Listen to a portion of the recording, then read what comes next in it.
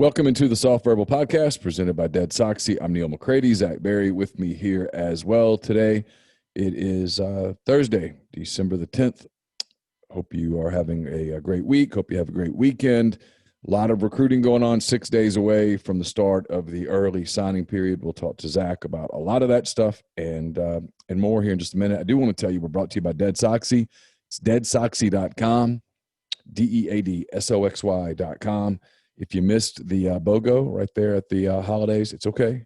You still, after Thanksgiving, I should have said, take advantage of the holiday sale at Dead Soxy. It's 35% off site-wide, excluding collabs. All you have to do is enter the promo code Holiday Pro. That's one word, Holiday Pro, at checkout for 35% off at Dead Soxy. I'm coming to you from the Clark Ford Studios. Clark Ford's in Amory, Mississippi. 662-257-1900 is the number. Call it, ask for Corey Clark. Tell Corey what Ford product you're looking for. He'll send you a quote within 15 minutes in business hours. It's right to the bottom line. No hassle, no haggle. You get your quote. The rest is up to you. You can shop that quote around. You can do what I've done, what I recommend that you do, and let's hop into a Clark Ford today. 662-257-1900. Zach, how are you, sir? Good morning, Neil. It is a lovely day to be covering recruiting with you. It is. It is a lovely day to be covering recruiting. So we'll start here because I always think this is kind of interesting. Usually, I'm not trying to be mean. I'm just being honest. In most of the years that I've covered Ole Miss recruiting, they don't close particularly well. They have a little flourish and then kind of peter out at the end. Here we are 6 days out. It appears that Ole Miss is going to close strong. Do you agree with that, or do you think there's a chance that this class kind of falls apart in the last handful of days? No, absolutely. I think if yesterday was any evidence of that, it quickly. I've been using the term "things are moving quickly" a lot. I use that term a lot when I'm playing golf, when things start to crumble in a negative way. But when I'm using it in this sense, it's in a positive way. As scheduled, Brandon Buckhalter recommits to Ole Miss. I think that's huge. We talk a lot about big-bodied receivers. He is certainly that. I mean, he's up to close to 6'4", 200 plus. Gives them a ton of flexibility. He can do a lot of things. And then quickly after that, as I told you, I was doing a live podcast, and McKeelan Pounders commits while I'm doing that. Spill my beer, knock it over in here, dogs barking, so that was fun. But yeah, so and that caught everybody off guard because you were ready for it. Chad Simmons with Rivals was ready for it. Chad had talked to him, had quotes, and it was his understanding, as it was yours, that it was going to happen Thursday morning. And I guess whether it was just the excitement of the moment or he just said, "Oh, screw it," or whatever, he pulled the trigger. and Chad sent me the story, but I didn't see it until this morning because there's no big deal. We got the quote from him where he says Ole Miss is on the cusp of building a powerhouse. You had your analysis. We had lots of coverage of that, but the immediate question from everybody, because this is the way recruiting works, is, okay, who's next? And there's some candidates for who's next. There is. I actually, in the middle of that podcast, I had a source that I have that's close to the Mississippi State program. It is a real person that wasn't made up, if you're listening out there. But yeah, told me, hey, he's going. And I said, who? And Pounders. So then I start scrambling, and then Pounders, tweeted out, surprise, ... and then put the tweet out. But right now, if you're looking for who's next, this morning, this is post breaking news as we record this. 4-star tight end Hudson Wolf has officially decommitted from Tennessee. The Savannah, Tennessee native, which for those that aren't familiar geographically with Savannah, very, very close to the Mississippi line. I believe, if memory serves, very close to Corinth. So he is probably, I'm not sure, and you can correct me if I'm wrong here. I'm not sure if it's, imminent. I wouldn't say immediately going to happen. And now, of course, as I say this, he might do it while we're recording this, but I would say that he is on the list of who is potentially next. And then staying on offense, Malik McLean, you want to talk about big body receivers. Oh, it's a big body kid. He's big. 6'5", 195, plays at IMG. I think that everything is pointing to Ole Miss right now for him. All jokes aside, if you want to look at a guy who could potentially be a top recruiter for this class, look no further than Luke Altmaier. He's been busy, had a relationship with McLean when they were both Florida State commits. McLean decommitted last week, so he's up there. And then you posted this morning, I'm hearing Junior Colson's name more and more. I mean, this staff, I don't know if it's intentional or not, but they're starting to pinpoint and target commits or prospects that are looking at other programs that are potentially in flux. You've got Hudson Wolf, who just decommitted from Tennessee. I mean, Jeremy Pruitt's potentially a dead man walking up there. And then at Michigan, Colson's been committed to Michigan for a long time. Jim Harbaugh might have dodged that bullet taking the L against Ohio State, but I mean, there's still a ton of questions in Ann Arbor about him. All right, so I've got a question before we get into some specific guys. And I've been guilty of this too, because the proper answer to the question, how do they make it work, is that the numbers always work out. That is the real answer. Mm-hmm. I understand how people get frustrated about that answer, though. I get it. Frequently, it works out because, yeah, I know you're in on these 12 guys and you're excited about these 12 guys, but you're only going to get 2 of them, so it's going to work out. So chill. Mm-hmm. That does not appear to be the case this time. So when people say, hey, Neil, hey, Zach, how did the numbers work out? Given the fact that, and these are facts, that they want to leave a couple of scholarships open for grad transfers, mm-hmm. just the transfer market in general, which is going to be an absolute circus this spring. I mean, it's going to be crazy. They want to leave spots open for that. They still have the February period that is yet to come. How do they manage this if they continue to close the way that it looks like they're going to close? I mean, obviously, you've got on your board here, I'm looking at it, there's a lot of people that are still undecided. Malik McLean, J.J. Henry, as of this moment, Hudson Wolf, we talked about that, Jalen Sheed. There's a bunch of guys. I mean, Ty Cooper, Talik Robbins,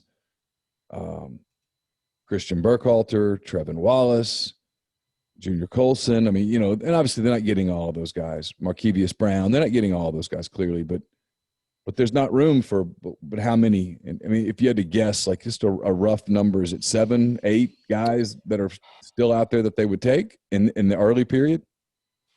So looking at it right now, as I scroll, I would probably say 1, 2, 3,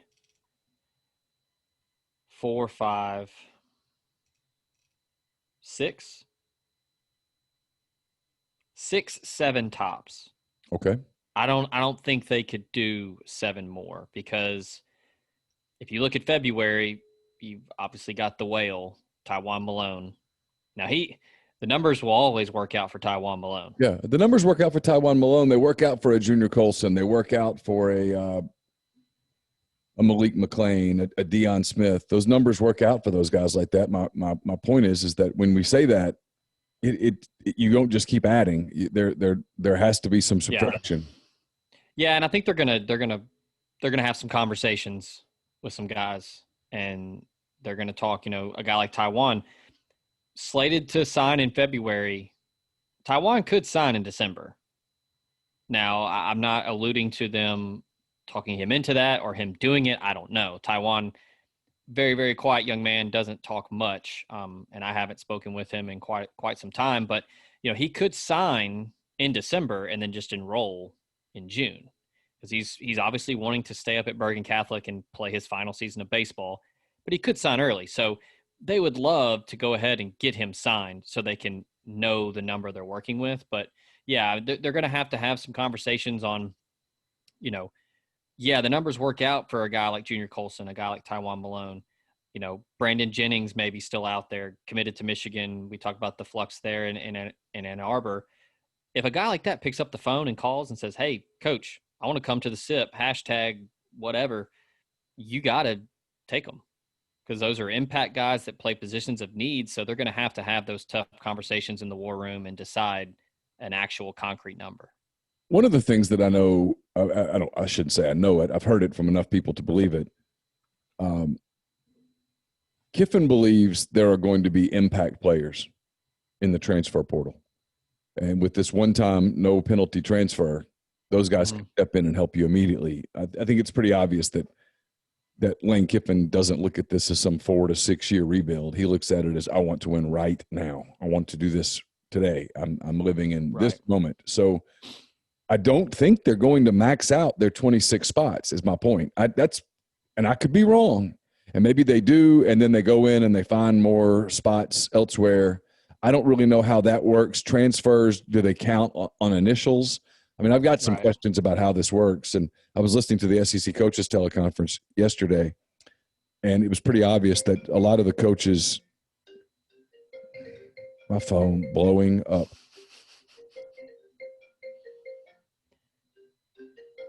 I mean, that's a great the phrase you use there, winning now. And this isn't some slow burn. They want to capitalize on this momentum, and they want to build towards a even better 2022 class. I mean, obviously you want to sign the best class in the country every single season, but that's not realistic. But yeah, they want to get impact guys, and they want to be able to win 8-9 games next year, and they want to get a top 10 class in 2022. I mean, that's a goal that they have, and I think it's a tangible goal. You've seen what they're doing right now, without official visitors, without face-to-face. So yeah, winning now is something that Lane is definitely shooting for. All right, so let's go through some names. Give me some thoughts on some guys. I'm looking at your board.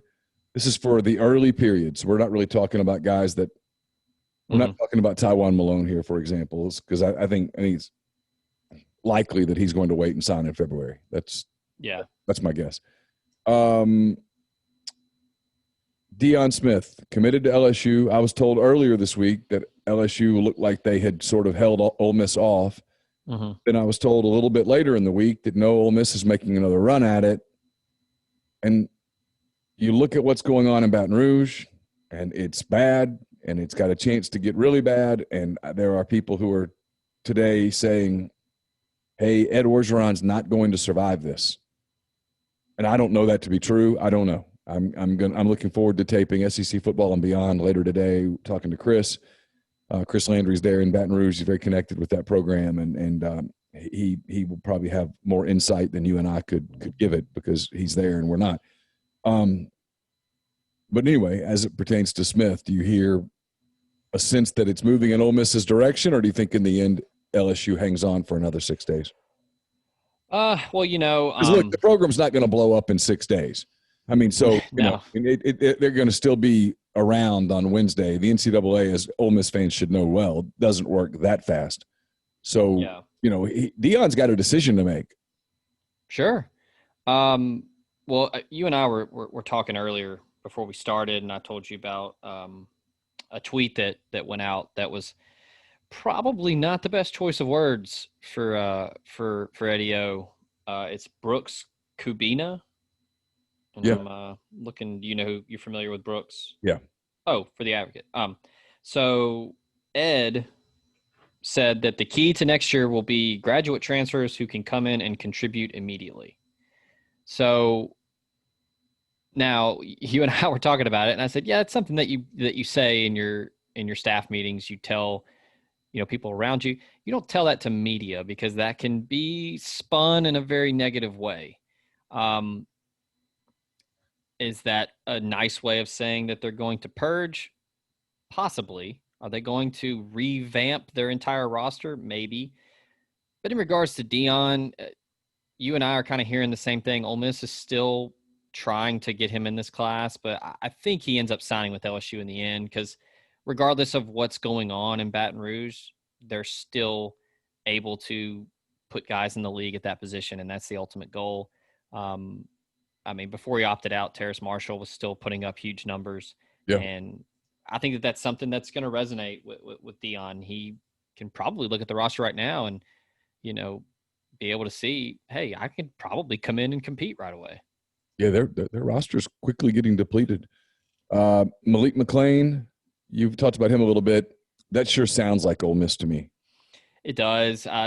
Couple couple sources in Florida have essentially conceded to a certain extent and said, yeah, Altmaier's been working him. That was, I think, was in the works before Altmaier went public. I think he and Malik are pretty tight, and I mean, not yet imploding, but FSU's in a similar arena there with LSU where things have not gone how they thought they would go with Mike Norvell.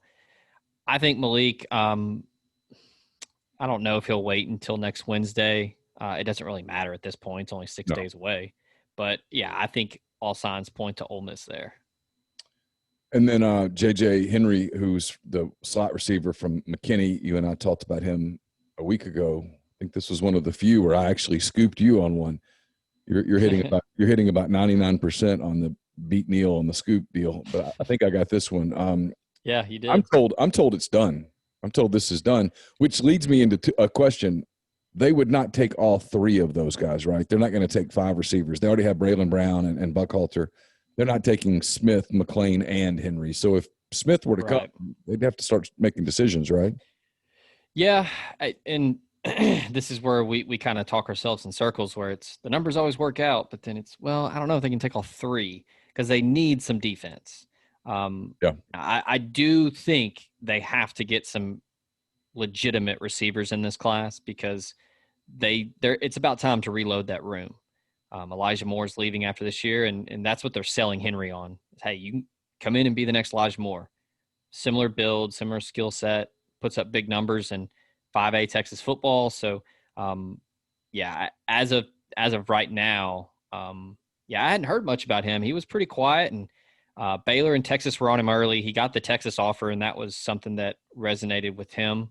Sure. And then, yeah, Tom Herman and company have underwhelmed, to say the least. So I think he got back to the drawing board, and I think Levy and Blake Gideon did a nice job recruiting him. We've talked about Wolf. You think in the end he ends up signing with Ole Miss? I do as of today. Yes, I do. I don't think Ole Miss flips Jalen. And if they get Wolf, I think they're done. I don't think they go after Sheed at that point or Stetson Moore. Well, Sheed becomes even more important now because what's Eric Gilbert going to do? Is he going to stay in Baton Rouge? No. Is he going to leave? Let me go ahead and answer that question. No. I know that LSU was trying to right the ship there, but if he's gone, they're going to do whatever they can to hold on to Sheed. They have Jake Beck, another tight end. Guys don't opt out. They don't opt out, enter the transfer portal, and then come back. It's not happening. It's over. Listen, he didn't want to be there in the first place. And people say, well, why did he go? Why do you think he went? I mean, this stuff happens. And look. Neil, you go to Tigerland on a Friday evening.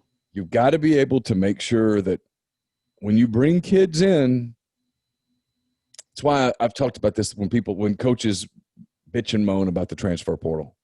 My response is, all right, well then run a happy program. Yeah. You know what I mean? Run a program where kids are happy. Yep. I mean, run a program where kids feel respected. Run a program where you live up to when you do for kids what you say you were going to do. We talk about that all the time, Neil. It's relationships and it's, are you happy? Yes. Kids that are happy will stay. Yes.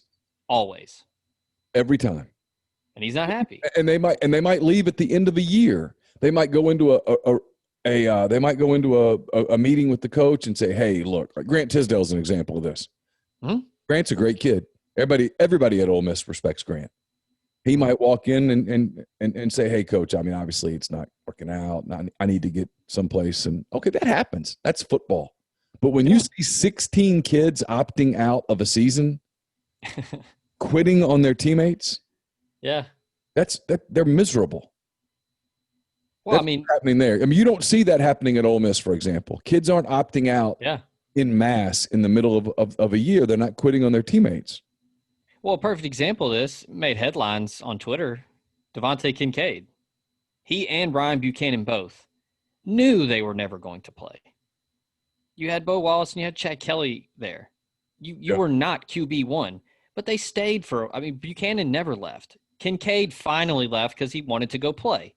But they were happy. They liked being on the team. They liked Ole Miss. They liked Oxford. So you stay. I mean, I think Tisdale is a perfect example. He liked being on that team. He didn't have any animosity towards the staff. It's just sports. That's how it works sometimes. You're just sometimes somebody's better than you. All right, so we talked about tight end, offensive Real, lines. real quick, Neil, just Yeah. to update you. Right now, since 9 this morning, there have been 1, 2, 3, 4, 5, 6, 7, 8 future casts placed for Ole Miss for Hudson Wolf, Wow. including Mike Farrell, director of recruiting, Kevin Noon, who covers Ohio State. Ohio State was in it, Yeah. and Andrew Bone covers Alabama. So That tells me that phone calls are being made. yeah, it's getting around. So yeah, Well, I mean, he's making phone calls. yeah, That's how that works. All right, they're done at offensive line, at least for the early period. I think so. Um, I think they might be done. okay. Defensive line, they've got some guys committed. It's obviously a critical area of need. DeMarcus Smith recommitted. Isaiah Iton committed recently. They're still in on Ty Cooper. They're still in on Talik Robbins. And you have them in on Byron Young. And I'll be honest, that's a name I don't hear at all. That doesn't mean anything. Yeah, Neil, as the kids' favorite artist Jack Harlow would say, they have options. Byron Young, Georgia Military College. They offered him back around Thanksgiving. Seemed to be pretty excited. Spoke with him briefly. Says the same thing that we've been hearing this entire cycle. I see opportunity. So Yeah. there's chance to come in and play right away. You can't ask for anything better than that. So you can't deny the momentum and the excitement around this program. I think it's helping.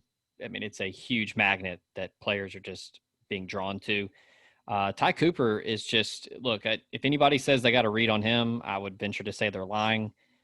One, because he doesn't talk much. Two, because I just think he's legitimately unsure of what he wants to do.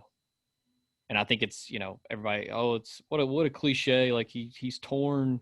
He can't decide. But I mean, sometimes it's true. Sure. I mean, Well, you build relationships with multiple staffs. It's hard to say no. And with him, there's a lot of outside pressure. And, Sure. I mean, I'll tell you what I hear about him, and I could be way off. I hear that he very likely, if it were just completely in a bubble, would likely choose Ole Miss.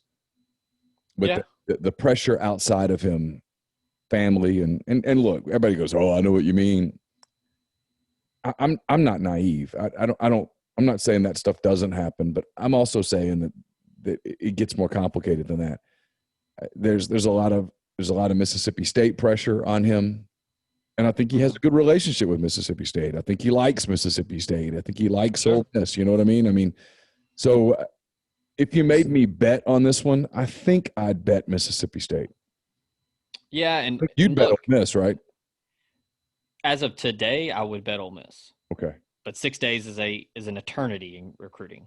Yeah, Zach Arnett's done a hell of a job. I mean, all jokes aside with State, I mean, that defense they're okay. Yeah. And he's got a product to sell. He's young. He's a really good recruiter, and he's built a relationship there. Deke Adams, who his relationship with Ty goes back to when he was at Starkville. So he's got a long-standing one there. And look, I just think it's going to go back and forth, but we'll see how it is at the turn of next week. You saying Mississippi State, I would not, if that happened, wouldn't be shocked at all because it's a hard decision to make, and numbers come into play here as well. I think they're getting Talik Robbins. I think that's all but done. And then right now, I think Tywone Malone is done. I think Ole Miss is in the lead by a lot. Tennessee is, I think, virtually out of it now. It's just Ole Miss and A&M. And look, if you're into playing the Twitter game, I mean, Tywone Malone's, retweeting Ole Miss baseball tweets and stuff like that. So I think I said done. Now I'm not saying it's wrapped up and, there's a bow on it, but I think Ole Miss is in the lead there. So Byron Young comes into play. A JUCO guy, really good size. He's someone that I think could play immediately. 6'3", 240. Now here's another thing, Neil. That size, a bit of a tweener, could play some linebacker if they needed him to. Maybe some stand-up 3-4. out there on the edge. He's a guy who can run, and he's 240 pounds. So they don't have a lot of that running around out there. No, that's for sure. All right, so let's talk some linebackers where we have some interesting names. Yeah. Dink Jackson's committed; he'll sign. Uh-huh. We talked about Junior Colson. I don't have a read on that right now. I mean, Ole Miss is still in it. Tennessee's still in it. As of this moment, he's committed to Michigan. He has a sister at Ole Miss. He has both of his parents went to Michigan, is what we think. I'm fairly sure that is correct. I'm like 99% sure. So you got some family ties both places. Obviously, the Ole Miss program right now is probably on more solid ground than Michigan. Michigan's a mess. Yeah. So I don't know what's going to happen there. I have people say, "What do you think?" I don't know. I don't know enough to think anything. We'll just see. I just have been told. I'm told Ole Miss is working it hard.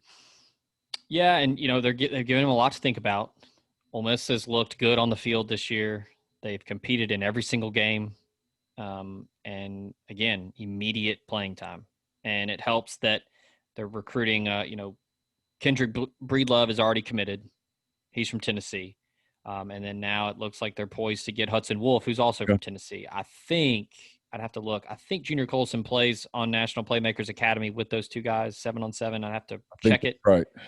So they're selling a lot of familiarity and then also immediate playing time. Now, I think it's the an parents – area that Kiffin would love to get into, by the way. Oh, I was telling some guys this morning, outside of 2020, if you look at the last couple of years, everybody has gone into Tennessee and just cherry-picked. The Vols in 2020 cleaned up in the top 10. Other than that, it's just scattered. So with the Vols, quote-unquote, not back, you can get into Nashville and Brentwood and those areas and do some damage. You mentioned Brandon Jennings. I don't know anything about that there. I haven't, and that's a name that I'll be honest, in my conversations, I haven't heard it. In much the same way you mentioned Trevin Wallace here, and everything I've heard with him is that he's going to end up at Auburn. Yeah, Ole Miss is trying to get back into it with those two guys. Jennings, who's from Sandalwood High School in Jacksonville. Ole Miss, very big Florida presence on the staff. They've been recruiting him hard. He decommitted from Florida State in October and then quickly committed to Michigan 4 days later. But like you said, Michigan's a mess. I think they're just constantly pushing, hey, what's the deal? Like you firm with Michigan. So if Brandon Jennings were a guy that picked up the phone next Tuesday and asked about, hey, you guys got room? Well, yeah. Brandon, you're 6'3", 225. We can make some room. Absolutely. He's one of those edge guys that they just don't have right now. Yeah, I mean, to win in this league, you've got to have those edge guys defensively because you've got to be able to get off the field. It's one of the reasons that so many people were upset about not being able to play the Texas A&M game. My attitude was kind of like, well, I mean, I get it. You want the money and you want to be able to play and you want to go play everybody and have a shot. But right, from a matchup standpoint, A&M is not a good matchup. Yeah, and I agree. Trevin Wallace, he told me today that he does because he was thinking about February. He's going to sign early. I think that kind of points to Auburn. I think he's going to take a spot. And that deal could get weird. Listen, there's a lot of talk about Gus Malzahn and oh yeah. If Saturday night goes badly, if there's a cycle for Ole Miss to poach, this is it. Yeah. You've got Auburn, Tennessee, Michigan, LSU. All these programs are just, what do you do? So the momentum certainly helps. Yeah, so that's something to watch. The other name that you have down here, I actually do have some insight on this one. Christian Burkhalter from Spanish Fort, Alabama. Yeah. You scooped me on that too. Yeah, it's like 2. Look at me. Wow.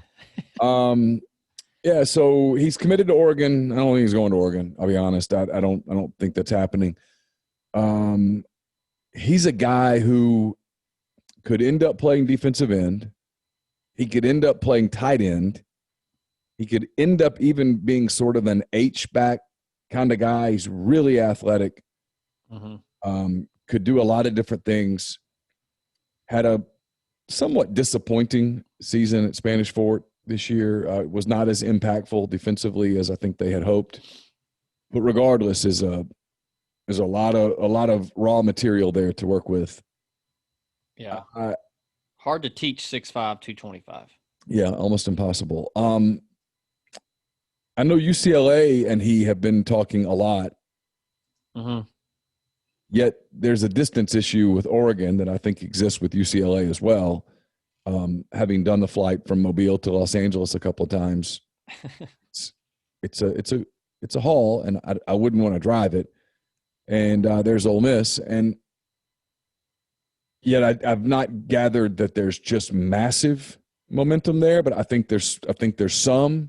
If you made me bet on this one today, would be he and Cooper would be the two guys that I would be kind of coin flipping.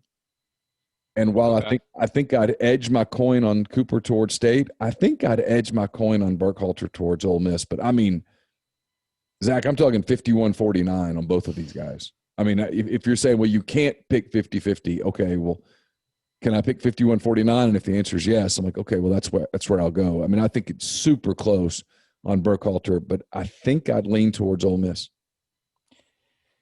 Yeah, I mean, he's been, committed to Oregon earlier this summer and then didn't really hear much after that.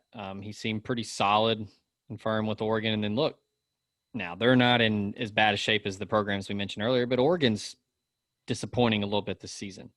But I think the distance is the biggest thing here. I mean, Eugene's way over there. And, I think there's a possibility that he's wanting to hang a little bit closer to home. And then, look, we've said momentum 37 times already on this podcast, but Ole Miss is fun right now. You watch the sideline when you're watching games on TV. I mean, Yep. guys are down there having fun, and Yep. kids want to go somewhere where they're going to enjoy it and have a good time. And then also, it doesn't hurt that you're going to play a ton. So, yeah, I mean, I agree with you there on the coin flip, and I think he's from Spanish Fort, so very familiar with a lot of guys around the Ole Miss program.